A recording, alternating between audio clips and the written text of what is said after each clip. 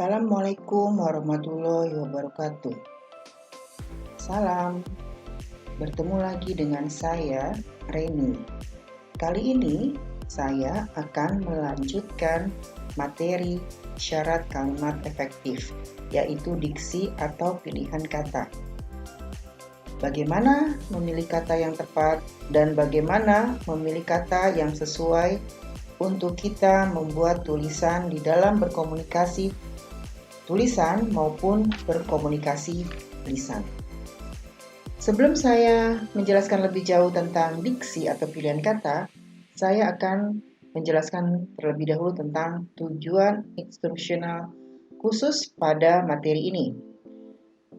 Mahasiswa dapat memilih kata yang tepat dalam menyusun kalimat. Ya, baik. Saya akan menjelaskan tentang definisi dari diksi. Definisi dari diksi adalah kesanggupan sebuah kata untuk menimbulkan gagasan-gagasan yang tepat pada imajinasi pembaca atau pendengar, seperti apa yang dipikirkan atau dirasakan oleh pembaca atau pendengar. Jadi, kata merupakan salah satu unsur dasar bahasa yang sangat penting. Lalu, fungsi dari diksi adalah membantu pembaca mengerti apa yang disampaikan penulis atau pembicara, menciptakan aktivitas komunikasi yang efektif dan efisien, juga menyampaikan gagasan atau ide dengan tepat, baik itu resmi maupun tidak resmi. Lalu, menjadi lambang ekspresi yang ada pada suatu gagasan.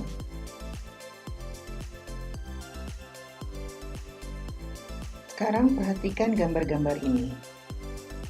Pasti ada yang kalimatnya tidak logis karena kesalahan dalam memilih diksi. Jadi, ketika Anda memilih diksi yang tepat, Anda harus terlebih dahulu tahu syarat-syarat di dalam membuat diksi. Apa itu saja syarat-syaratnya? Syarat diksi adalah ketepatan dan kesesuaian. Jadi masing-masing mempunyai kriteria dan saya akan mencoba hal yang paling umum. Di sini saya akan menjelaskan syarat ketepatan diksi. Ketepatan dalam pemilihan kata untuk dapat mengungkapkan gagasan atau juga hal-hal yang diamanatkan. Dapat digunakan untuk dapat membedakan secara tepat nuansa makna serta bentuk yang sesuai dengan gagasan serta juga situasi, serta nilai rasa pembaca. Menggunakan pembendaharaan kata yang dipunyai masyarakat bahasanya serta dapat menggerakkan dan juga memberdayakan kekayaan itu menjadi jaring kata yang jelas. Ada 10 syarat dalam ketepatan diksi. Saya akan jelaskan apa saja sih syarat-syarat ketepatan diksi. Sekarang saya akan menjelaskan syarat-syarat ketepatan diksi. Yang pertama adalah membedakan secara cermat denotatif dan konotatif. Kedua, membedakan secara cermat kata-kata yang bersinonim. Ketiga, membedakan secara cermat kata-kata yang mirip ejaannya. Keempat, hindari kata-kata ciptaan sendiri. Yang kelima, waspadalah terhadap penggunaan akhiran asing. Keenam, kata kerja idiomatis. Ketujuh, penggunaan kata umum dan kata khusus. Kedelapan, menggunakan kata-kata indria yang menunjukkan persepsi khusus. Kesembilan, memperhatikan perubahan makna kata. Kesepuluh, hindari kata-kata klise. Nah, dari ke-10 syarat ketepatan diksi, saya akan menjelaskan satu persatu berikut contohnya. Syarat yang pertama adalah membedakan secara cermat makna atau kata denotatif dan makna konotatif. Ada contohnya. Bunga Edelweiss hanya tumbuh di tempat yang tinggi. Dia adalah bunga desa di kampungnya. Jadi kata bunga itu memiliki makna yang berbeda. Kalau untuk makna bunga Edelweiss adalah makna yang sebenarnya. Kemudian untuk kata bunga desa itu adalah makna konotatif yang artinya bukan bunga, tapi merupakan wanita yang cantik dan diidam-idamkan para pria. Nah, jadi untuk makna denotasi di sini adalah makna kata yang sesuai dengan hasil observasi panca indera dan tidak menimbulkan penafsiran lain. Jadi yang kita sebut dengan makna sebenarnya. Kemudian untuk makna konotatif adalah makna kata yang tidak sesuai dengan observasi panca indera. Seperti tadi kata dia adalah bunga desa, yang artinya bukan bunga dan menimbulkan penafsiran lain. Makna konotasi juga disebut makna kias atau makna konstekstual. Oke, kemudian syarat yang kedua, membedakan secara cermat kata-kata yang bersinonim. Contoh, Dery menyaksikan kecelakaan yang terjadi tadi pagi dengan Dery melihat kecelakaan yang terjadi tadi pagi. Bagaimana kira-kira maknanya? Coba, apakah ada perbedaan makna tersebut? Atau di antara kedua kalimat itu salah diksinya? Dan yang salah diksinya yang mana ya? Coba cermati lagi. Ibu beri waktu ya.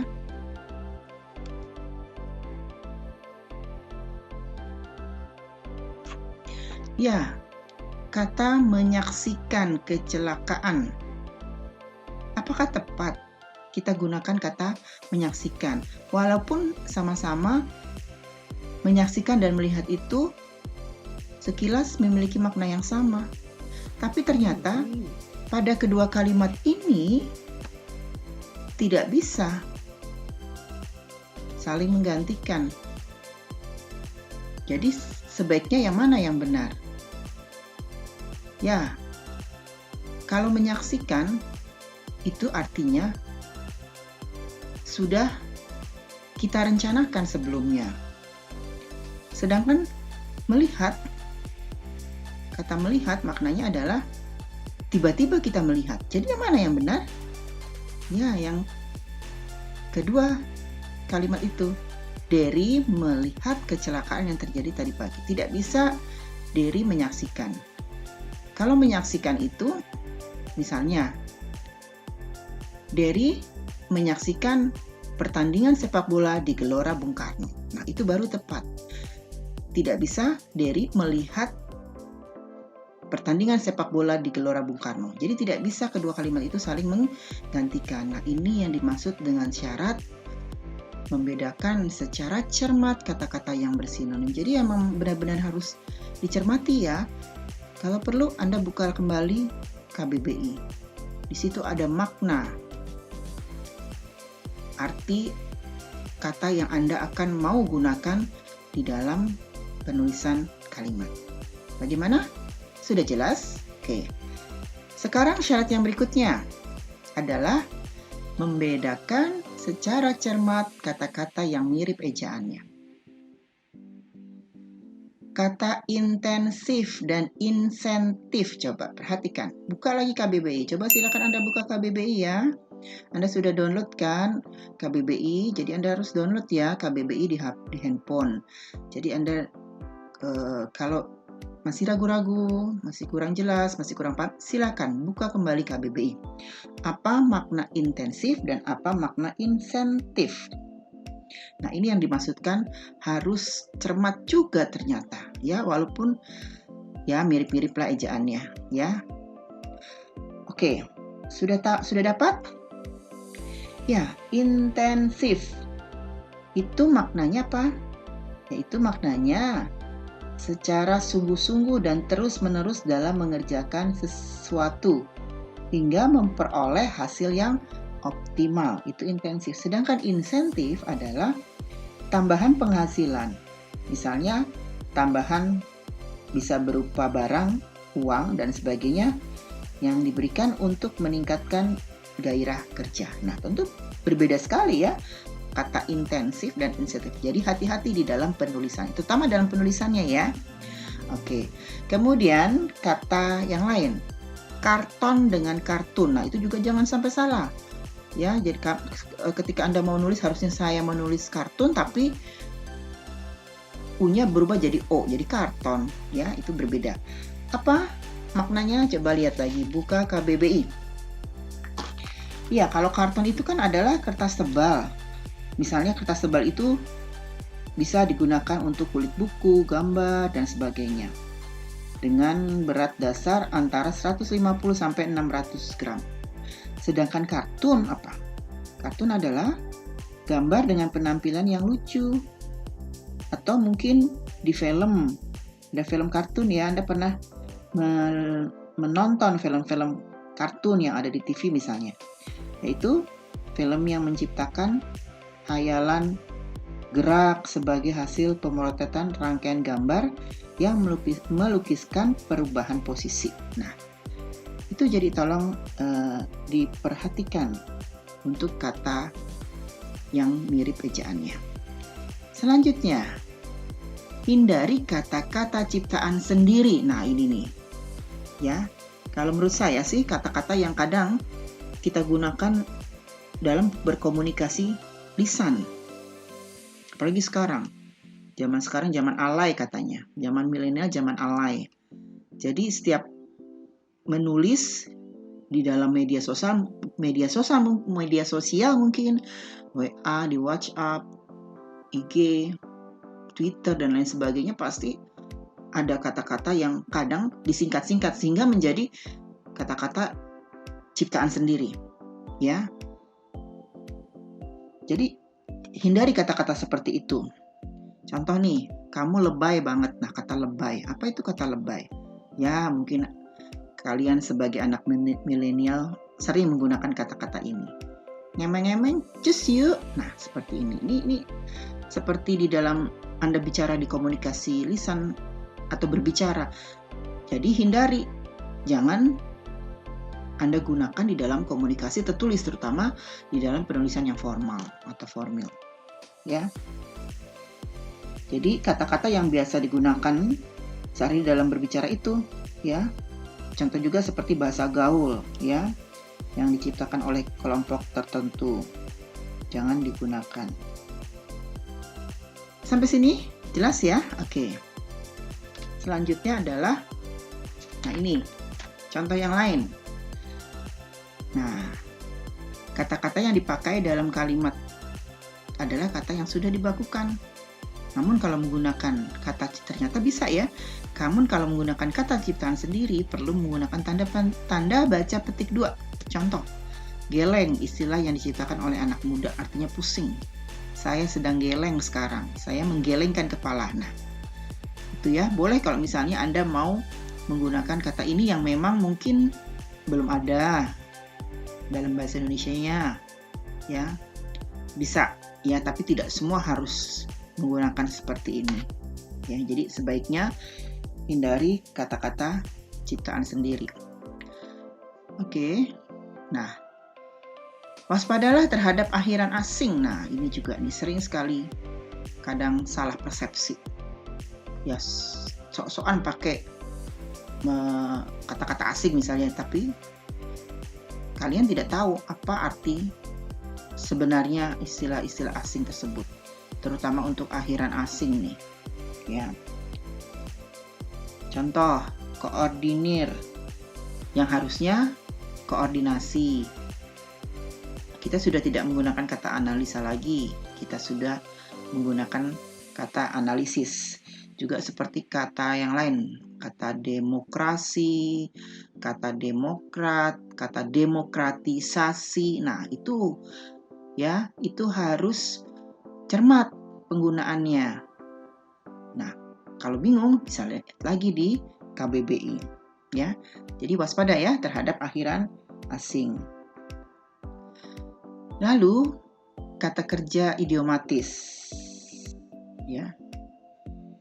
Kata-kata kerja idiomatis adalah harus sesuai dengan pasangannya. Contoh, terdiri atas, bukan terdiri dari. Ingat akan, bukan ingat terhadap. Jadi memang sudah serasi pasangan itu, ya. Nah, ini jangan sampai tertukar, jangan sampai salah menggunakan kata-kata kerja idiomatis. Baik, sampai sini ada pertanyaan? Kalau tidak ada pertanyaan, saya lanjutkan ke syarat yang berikutnya. Kita lanjutkan lagi syarat berikutnya, yaitu penggunaan kata umum dan kata khusus. Kata umum adalah sebuah kata yang mengacu kepada suatu hal atau kelompok yang luas bidang lingkupnya. Sedangkan kata khusus adalah kata yang mengacu kepada pengarahan-pengarahan yang khusus dan konkret. Nah, di sini kita lihat contoh. Setiap hari, ibu memberi makanan kepada adik. Ayah setiap hari memberi pakan untuk ternaknya. Walaupun sama-sama artinya sama, makanan dan pakan, tetapi tidak bisa saling menggantikan juga. Misalnya kata makanan, saya ganti dengan pakan. Tepatkah? Setiap hari ibu memberi pakan kepada adik. Nah, kata pakan itu digunakan untuk ternak. Nah, kata pakan di sini termasuk kata-kata khusus, sedangkan makanan adalah kata umum. Walaupun sama-sama makanan, tapi ternyata berbeda ya untuk setiap kalimat yang tulis. Jadi, Anda harus membedakan yang mana kata umum dan yang mana kata khusus. Seperti juga kata mati, wafat, gugur. Walaupun sama-sama mati, tetapi kata mati tidak bisa kita gunakan pada kalimat para pahlawan mati karena membela bangsa dan negara Indonesia. Nah, tidak bisa kan kata mati digunakan pada kalimat tersebut. Ya, harusnya digunakan kata gugur ya daripada kata mati ataupun wafat. Nah, jadi Anda harus cermat ya membedakan kata umum dan kata khusus. Kemudian menggunakan kata-kata indria yang menunjukkan persepsi khusus. Kata-kata indria itu adalah kata-kata indera juga sama ya maknanya. Contoh kata melihat. Ya. Di sampingnya ada kata melirik, mengintip, menatap. Bisa digunakan sebagai persepsi indera khusus. Ya. Jadi pada kalimat kata-kata tersebut juga kita bisa cermati makna. Contoh misalnya kata melihat ya. Sedangkan khususnya adalah melirik. Jadi melihat itu aspeknya banyak ya, maksudnya seperti itu. Kata melirik ya, melirik itu kan dengan menggerakkan mata dengan tajam ke samping. Juga kata mengintip, melihat melalui lubang kecil, mengamati dengan cermat atau diam-diam. Nah, itu berbeda kan? Kemudian menatap, artinya melihat atau memperhatikan objek, biasanya dalam jarak dekat. Itu yang dimaksud dengan penggunaan kata-kata indria. Ya, jadi ada yang menunjukkan persepsi khusus. Kemudian syarat berikutnya adalah memperhatikan perubahan makna kata. Ya, contoh, perhatikan di sini. Saya ingin membuat kalimat dengan kata isu. Ya, isu berasal dari bahasa Inggris, issue, yang berarti publikasi atau perkara. Sedangkan isu dalam bahasa Indonesia berarti kabar yang tidak jelas asal-usulnya, kabar angin, desas-desus. Ya. Jadi tolong diperhatikan. Kemudian contoh lain misalnya apa ya? Coba ada yang tahu? Yang contoh syarat memperhatikan perubahan makna kata? Ya, misalnya contoh kata kelompok atau gerombolan, ya. Jadi kelompok itu apa maknanya? Memiliki makna kumpulan maksudnya ya, memiliki makna kumpulan, golongan orang atau manusia. Sedangkan gerombolan adalah kelompok, kawanan atau pengacau. Jadi ada kalimat misalnya seperti ini. Ada kelompok mahasiswa sedang berdiskusi. Jadi lebih tepat kata kelompok dibanding gerombol. Ada gerombol mahasiswa sedang berdiskusi. Jadi kalau misalnya kata gerombol berarti itu perubahan maknanya yang tidak baik ya, atau yang kita sebut dengan ameliorasi. Jadi lebih tepat adalah kelompok dibanding gerombol. Nah itu, perhatikan perubahan-perubahan makna kata tersebut ya. Oke, kemudian selanjutnya yang terakhir, syarat yang terakhir adalah hindari kata-kata klise ya. Tidak diperkenankan menggunakan kata-kata klise ya, seperti dalam kata pengantar misalnya di dalam penulisan karya ilmiah itu juga banyak sekali kata-kata klise ya. Kemudian juga kata-kata yang contohnya seperti ini. Mudah-mudahan penelitian ini berguna bagi kita semua. Ya, itu terlalu berlebihan.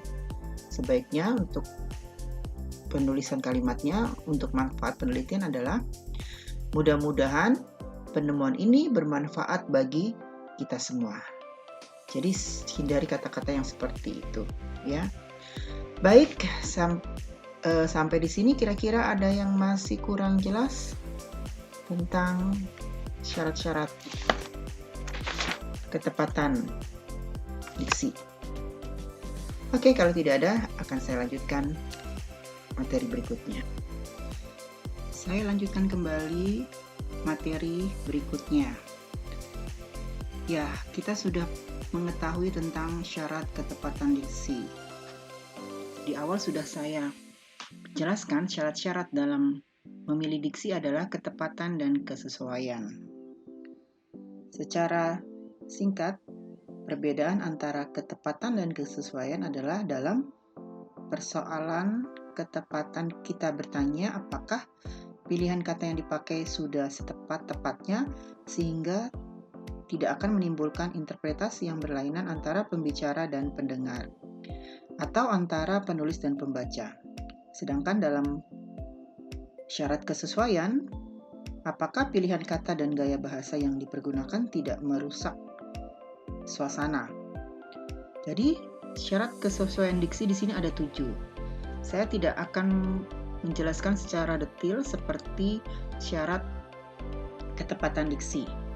Yang pertama adalah hindari sejauh mungkin bahasa atau unsur substandar dalam suatu situasi yang formal. Jadi hindari lagi bahasa atau komunikasi lisan sehari-hari karena terpengaruh sekali bahasa lisan itu ketika kita tuliskan dalam komunikasi tertulis. Kemudian yang kedua, gunakanlah kata-kata ilmiah dalam situasi yang khusus saja.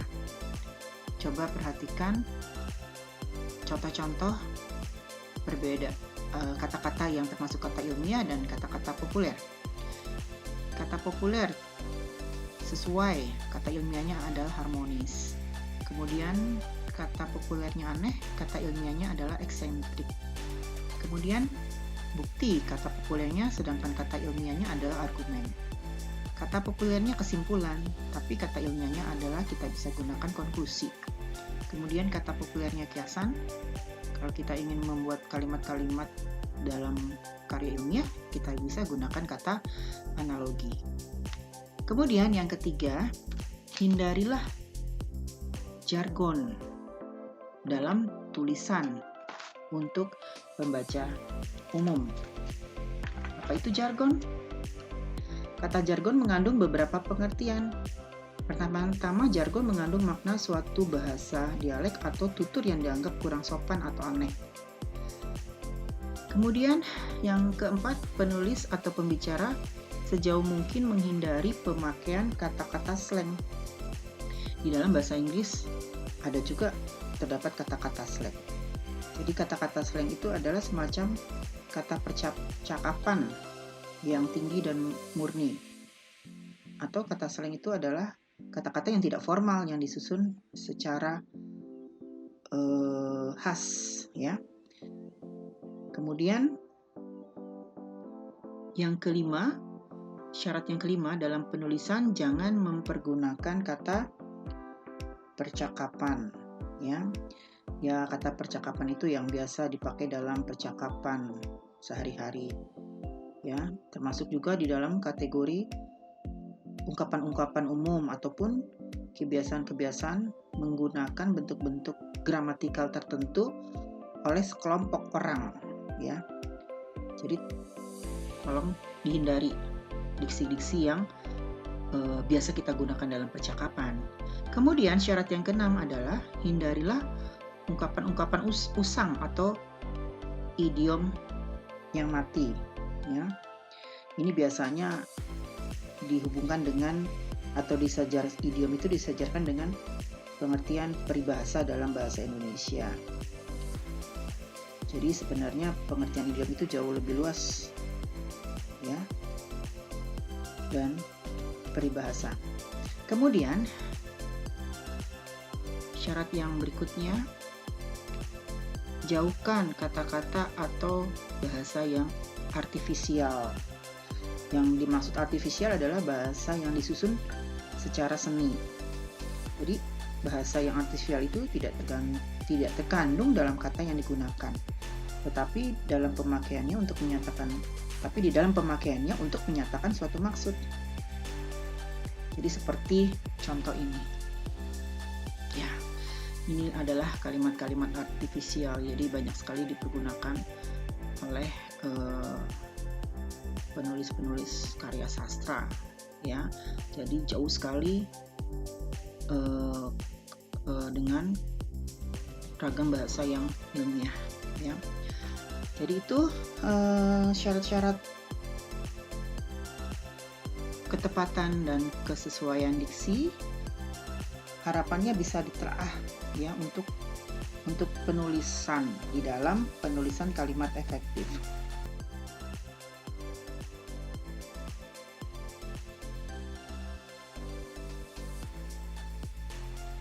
Bagaimana? Apakah kalian paham apa yang sudah Ibu jelaskan tentang penggunaan kalimat efektif? Ya, memang harus sering digunakan bagaimana Anda berkomunikasi dengan kalimat efektif. Nanti Anda akan terbiasa selalu menggunakan kalimat efektif, baik di media, luar ruang, atau ketika Anda berkomunikasi dengan ragam bahasa yang formal. Nah, kalau ada yang kurang paham, boleh bertanya dengan Ibu, ya.